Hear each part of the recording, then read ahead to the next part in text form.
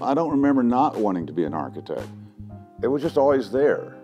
My mom talked about how when I was 3 years old, the house next door was being built and I'd scam from the carpenters some nails and borrow their hammer. And that's how I entertained myself. I'm Dick Clark, I'm an architect in Austin, Texas. Been here for 30 years. I'm a modernist, I do contemporary style. We do a lot of residential work, restaurants, bars, boutique hotels, and then we do condominium projects, apartment projects. We do retail, we do stores, we do just about anything. When I got to the University of Texas School of Architecture in 1963, it was a whole new world to me. New people, new places, new everything. There's this whole thing of the Vietnam War, not only being against it, but also being scared to death I was getting drafted into it. And so that helped you, keep your grades up. Applied to graduate schools and got accepted and chose Harvard to do it because I wanted to live in a big East Coast city. And from there I went to the University of Tennessee and taught there for 4 years. The last 2 I was mainly in Nicaragua with the program we had down there after the massive earthquake, and I took a bunch of students and we did volunteer architectural work.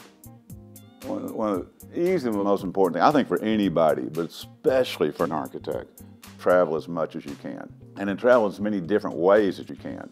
Most of what you're going to bring back is probably not what you plan to go see. The most exciting part of being an architect happens in the first nanosecond almost of a project. That first brief moment is when most of the design work is done in your head. Everything else is evolving it from that. The second really fun thing is building, going out to the job site, seeing it built, working with the contractors, talking with people, the client, that's a whole nother dynamic. When I start a new residential project, I like to have the husband and wife write down their ideas about the perfect house and not show them to each other. That's really interesting. And they bring them and we discuss them together, kind of, so they're not compromising towards each other. Because you get these great reactions like, I didn't know that you wanted to do that. I didn't know you wanted this. He goes, yeah, I did. Well, you never told me. Yes, I did. Those kinds of things.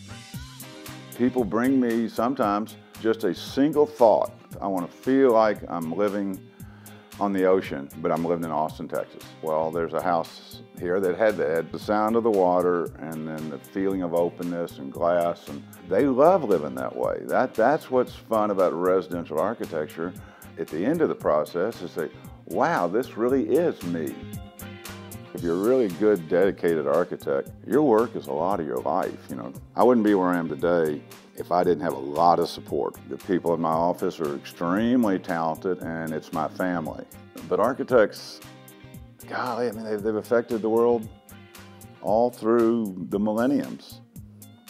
So yeah, it's a cool profession. I wouldn't trade it for anything.